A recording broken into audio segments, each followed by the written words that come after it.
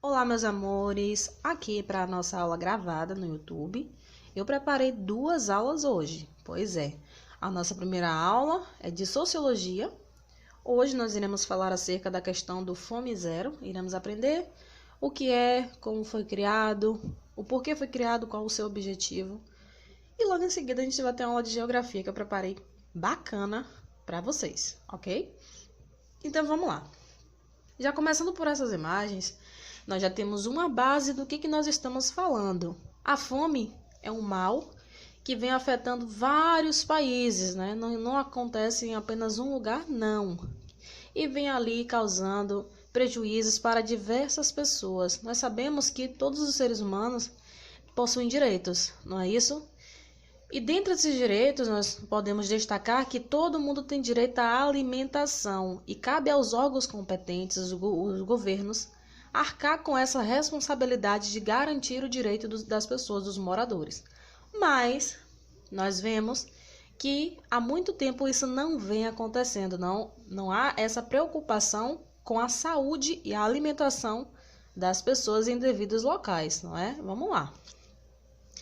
O programa Fome Zero ele foi implementado aqui no Brasil, tá? Ele foi um programa criado em 2003 pelo governo federal brasileiro durante o mandato de Luiz Inácio Lula da Silva, mais conhecido como Lula, que nós já ouvimos falar, né? Um dos nossos presidentes. Ok. O programa Fome Zero ele foi criado com o objetivo de combater a fome e também as suas causas estruturais que geram a exclusão social e também com o objetivo de garantir a segurança alimentar dos brasileiros. Então, através desse programa, o governo ele teve uma preocupação com a saúde, com a alimentação do povo, dos moradores, e implementou, portanto, esta ideia, né, de correr atrás, de cuidar das pessoas para que elas não passem por essa situação. Lembrando que é dever dos governantes cuidar da população, né? Eles não estão fazendo isso por caridade, não. Eles estão lá para cumprir este papel, para garantir que os direitos das pessoas sejam respeitados e sejam cumpridos, seja da melhor forma possível. E no ano de 2003, né, Lula, ele implementou este programa chamado Fome Zero. A fome, como eu já falei para vocês, ela é um mal que vem afetando diversos locais no mundo, né? Ela não deixa de existir, infelizmente, sempre vai existir a fome. E aqui no Brasil, né, de acordo com o site do programa, em 2003, quando o programa Fome Zero foi criado, existiam ali cerca de 44 milhões de pessoas ameaçadas pela fome, ou seja, imaginem 44 vidas em situações precárias, pessoas que não tinham alimentação, não tinham o que comer e na maioria das vezes era causado pela exclusão social. O que causa fome? A falta de recursos financeiros para se manter. E nós sabemos que os recursos financeiros são gerados através do trabalho, através das oportunidades que a sociedade ela impõe. Mas a classe menos favorecida, que são a classe dos pobres, né, sendo que excluída dessas oportunidades, não tendo ali muitas opções de trabalho, sendo obrigadas na maioria das vezes a catar lixo, procurar uma alimentação suja, mas que seja comida para comer, né? Para se manter, para não morrer de fome, porque a fome dói. A fome é uma sensação terrível e todos nós sabemos, não é isso? Ela bate na nossa porta todos os dias. A fome não vem e vai embora e não volta mais, não. Ela pode até vir e ir embora, mas ela volta, né? Então reflitam, meus amores, a questão da fome através dessas imagens. Vocês podem imaginar que na implementação desse programa, muitas pessoas estavam precisando dessa ajuda, né? O governo precisava realmente olhar para essas pessoas que estavam ali, naquela linha excluída, estavam esquecidas. O programa ele é coordenado pelo Ministério do Desenvolvimento Social e Agrário, né? E consiste ali numa estratégia governamental para garantir o direito a alimentos básicos, arroz, feijão, uma proteína, não é?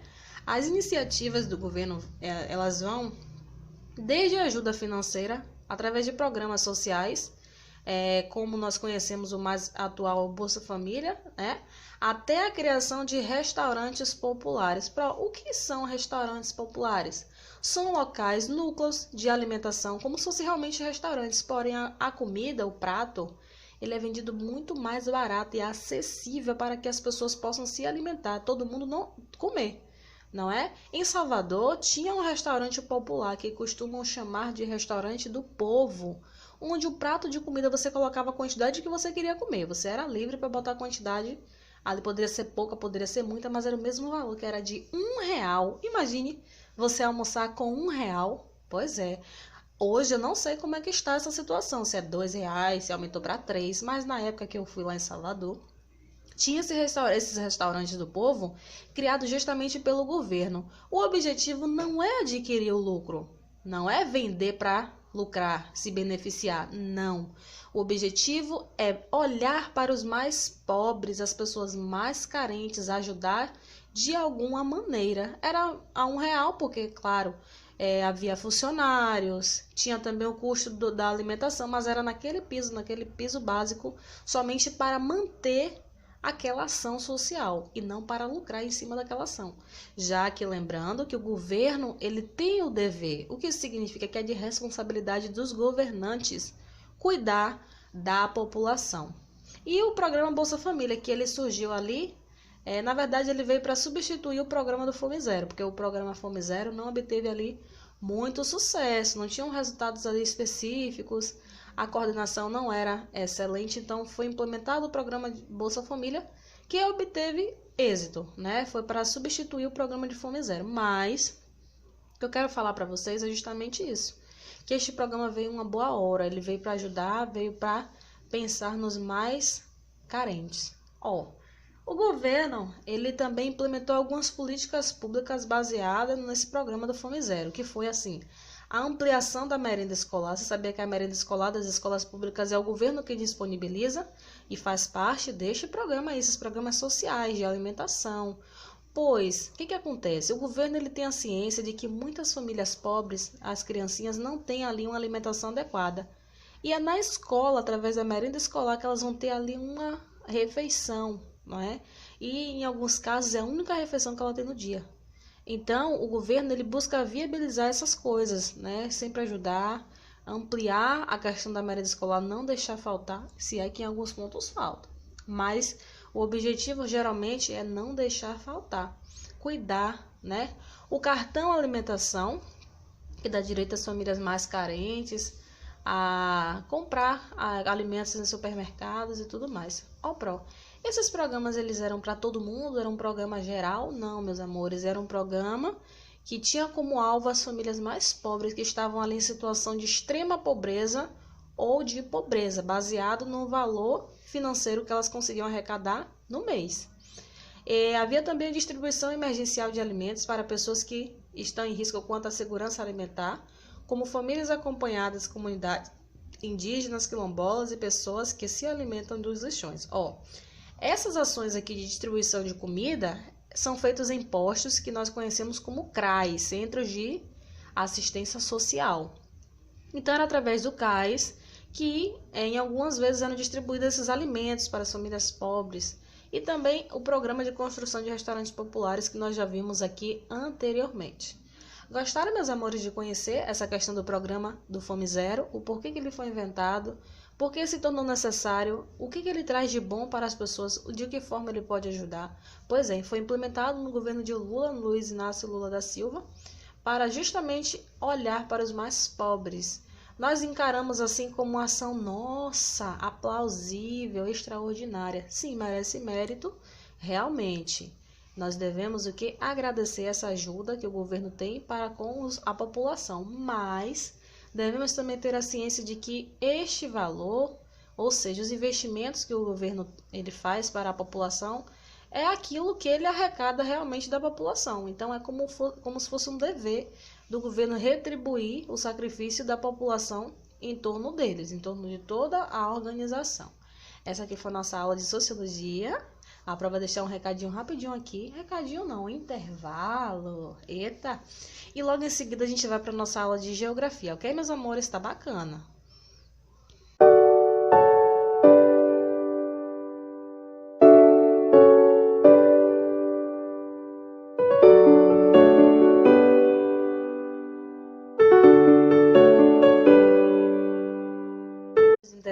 que a gente tem aqui? Eita! A nossa aula de geografia está recheada!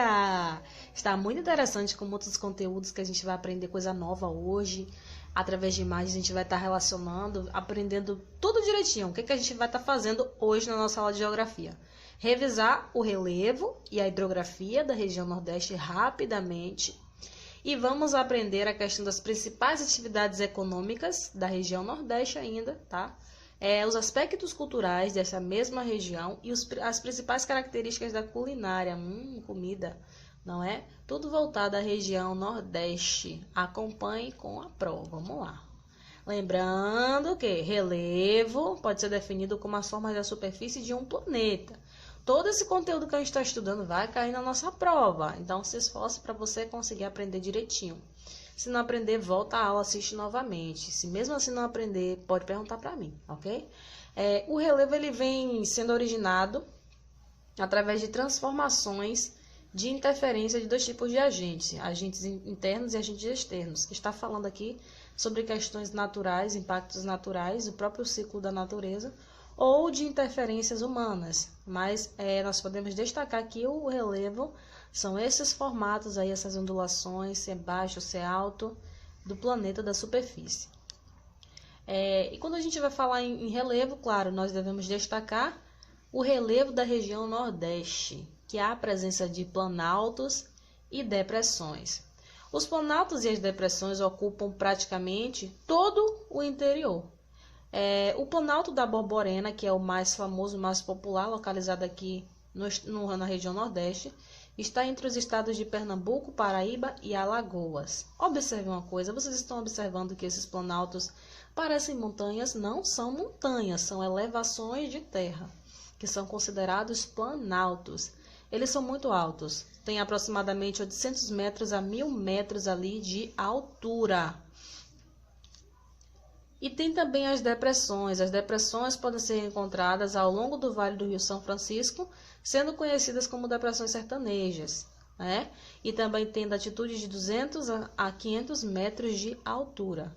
E, lógico, elas acontecem em todos os estados nordestinos, exceto no Maranhão e no Piauí. Então, quando é para perguntar quais estados da região Nordeste não possuem depressões como forma de relevo, então vocês já vão dizer que é o Maranhão e o Piauí. Aqui é para trouxe rapidamente a memória de vocês sobre o planalto e a depressão. Eu já falei para vocês acerca da interferência que os planaltos têm, não é isso? Para com o clima, a seca. Então aqui nessa aula aqui, para não ficar muito grande, a prova dá continuidade.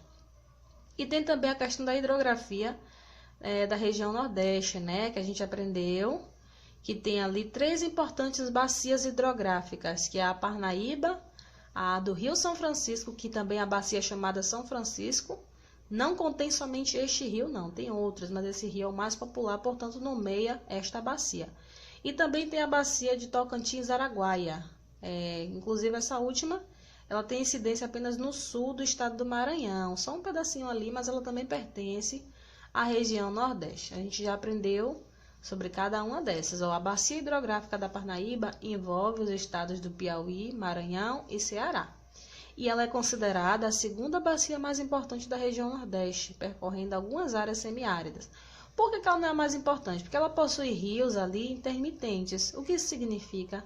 Que são rios que não duram um ano todo. No período da seca eles somem, mas para balancear, acontece o quê? Que esta bacia ela possui alguns lençóis subterrâneos de água, né, reservatórios de águas subterrâneos, o que também torna ela importante. Mas a mais importante é a bacia do Rio São Francisco, né? Que ela recebe esse nome porque o Rio São Francisco é um rio perene, ele fica sempre ali, então é mais garantido contar com ele para o quê? A geração de energia, através de instalações de represas que foram ali colocadas em determinadas áreas do território para justamente esse objetivo, para gerar a energia. O Rio São Francisco ele nasce na Serra da Canastra, em Minas Gerais, e vai em direção ao sul-norte, né? Passando por Bahia, Sergipe, Alagoas e Pernambuco. Pronto, rapidamente a gente já aprendeu sobre isso. Vamos falar também sobre a bacia do Tocantins-Araguaia, que pega só um pedacinho ali do território, mas ela também está ali, né? A bacia do Tocantins-Araguaia é a segunda maior em produção de energia do Brasil. A descarga média da bacia hidrográfica em Tucuruí é estimada de 12 mil metros cúbicos por segundo, porque ela é a maior, né, em produção de energia, justamente pela sua extensão. Ela contém a maior quantidade de água, tem mais força ali de impacto para gerar a energia, sendo a mais popular do Brasil. Mas a da região Nordeste, a mais importante, é a do Rio São Francisco. Pronto? Eita! Entrou num assunto novo. Hoje nós iremos aprender acerca das principais atividades econômicas da região Nordeste. Quando a gente fala em atividades econômicas, nós estamos falando em dinheiro, em economia, de que forma o dinheiro circula, o comércio funciona naquela determinada região. E para classificar as principais atividades econômicas do Nordeste, nós percebemos que elas são distribuídas de acordo com as suas sub-regiões. Cada sub-região tem uma economia específica. Quais são as sub-regiões? A Zona da Mata, a sub-região Agreste, Sertão e Meio Norte. Eu coloquei até um mapazinho aqui para a gente relembrar cada partezinha, viu? Então, cada partezinha vai ter uma economia diferente. Vamos lá? A Zona da Mata, ela é a mais rica aqui em questão de recursos financeiros. Observe uma coisa. Dentre as principais atividades econômicas produzidas aqui na região da Mata, nós podemos destacar o turismo, né, que atrai diversas pessoas de fora da região para conhecer, através das belezas naturais, atrai o olhar dessas pessoas. Os centros comerciais, que nós costumamos chamar de feirinhas, não é? A produção de petróleo, a produção de sal marinho e também algumas atividades industriais, a presença de indústrias, fábricas, como o polo industrial de Camaçari, no território brasileiro. Vocês conhecem a cidade de Camaçari? Hein? Aqui na Bahia? Pois é, Camaçari é a cidade das indústrias, é muito rica, viu? Em questão de economia, justamente pela presença dessas fábricas, dessas indústrias. E é localizada onde? Na Zona da Mata, que é uma sub-região do Nordeste. E nós não podemos também esquecer que destaca-se a produção de cacau na Bahia, possuindo ali aproximadamente 60% da produção brasileira, tá? Encontra-se na Bahia com relação à produção de cacau. E tem a região Agreste.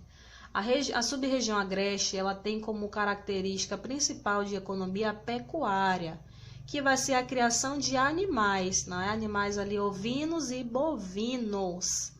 Há fazendas, campos. As cidades que se destacam aí nessa criação de animais é Garanhuns, Caruaru, né, que fica ali as duas em Pernambuco, e a Campina Grande na Paraíba. E tem também essa atividade econômica aqui, a do sertão. Vocês acreditam? O que acontece no sertão para gerar dinheiro na região Nordeste? Tem a criação de caprinos, além da criação de gado bovino também. Ambas essas formas são extensivas, ou seja, esses animais são criados livres no campo, né? Livremente, de forma ali legal. Além dessa criação de gado, além da pecuária, tem também a produção de algodão no sertão, algodão que gera economia para também contribuir na região Nordeste. E o meio norte, que é o extrativismo vegetal, com o cultivo da carnaúba e do babaçu. Há também um importante complexo metalúrgico. Então já tem aqui a presença também de pequenas indústrias para contribuir na economia. Agora nós iremos falar sobre os aspectos culturais da região Nordeste. Nossa, gente, quando a gente fala em cultura, é muito legal, porque nós estamos falando de uma riqueza, em uma identidade única do nordestino. A cultura nordestina ela é rica e bem diversificada. Vamos conhecer aqui só um pouquinho vamos conhecer, porque se a gente for falar sobre toda a cultura, nós nos perdemos aqui nos horários. Vamos lá, sobre a dança. Nas festividades, nós podemos citar o frevo, como dança típica pernambucana, que também tem esse nome porque, observe, é do verbo ferver, Por quê, gente? Porque o ritmo ele é muito quente, é uma coisa animada, aquela alegria através da dança, muito rápido e também bastante divertido. É o que caracteriza o que este frevo, uma dança popular aqui do território nordestino. Há também outros tipos de dança que também são animadas, como o shot, o forró e o baião. A capoeira, gente. A capoeira é uma coisa muito legal, é uma identidade cultural bastante conhecida. A capoeira é a mistura da dança com a luta, que iniciou-se no Brasil, no estado da Bahia, no período em que os escravos africanos lutavam contra os senhores em busca da liberdade e da dignidade, ok? E também tem a questão da literatura de cordel, que nós podemos mencionar ainda na literatura, essa arte, essa coisa magnífica que é a produção de um cordel. O que é cordel, gente? É uma espécie de poesia em que os versos eles rimam entre si. Essa literatura ela marca a registrada do Nordeste, né? É uma marca registrada, ou seja, é única do território nordestino. E também tem muitas histórias através dela que foram contadas dessa forma, passadas de geração a geração. Então, o cordel não é só você criar um poema, é você trazer uma história, você trazer um encontro atrás da rima, né, dos versos. Que lindo, não é isso? E vamos falar aqui por último sobre as principais características da culinária nordestina. Comida. Eita, essa parte é que eu gosto. Na culinária, a mistura de povos também faz-se presente, além de englobar os frutos do mar. Como assim mistura de povos? A gente sabe que o Brasil ele é construído por várias etnias, inclusive, claro, a Bahia. E essa mistura ela vem gerando o quê? Uma coisa única. Englobam frutos do mar, utilizando também riquezas naturais, como por exemplo, quais são os pratos mais típicos aqui do Nordeste? Vatapá, moqueca, essa é a minha preferida. Acarajé, caruru, mungunzá, paçoca, canjica, rapadura, buchada de boi, bolo de rolo e também outras comidas típicas presentes aqui no território nordestino. Aqui são só algumas que eu trouxe para vocês conhecer. Os pratos da culinária da região Nordeste caracterizam-se pela presença marcante de temperos fortes e apimentados. Condimentos, né, que nós conhecemos como especiários, são bastante utilizados na nossa alimentação. Que lindo, né? Então, meus amores, essa aqui foi a nossa aula de geografia. Viu que tava legal? Tava bacana? Estudem, que vai cair na prova, ok? A prova não vai passar dever de geografia agora, porque nós iremos revisar de vez o conteúdo e aí sim eu passo uma tarefa para vocês no caderno. Mas eu já deixei uma tarefa no caderno, não foi? Para vocês de português hoje, da nossa aula online. Ok, vocês fazem. E também faz a página 100 do livro de Sociologia, para que vocês possam estar se concentrando melhor na hora de estudar, ok? Vou ficar por aqui. Até a nossa próxima aula. Beijos!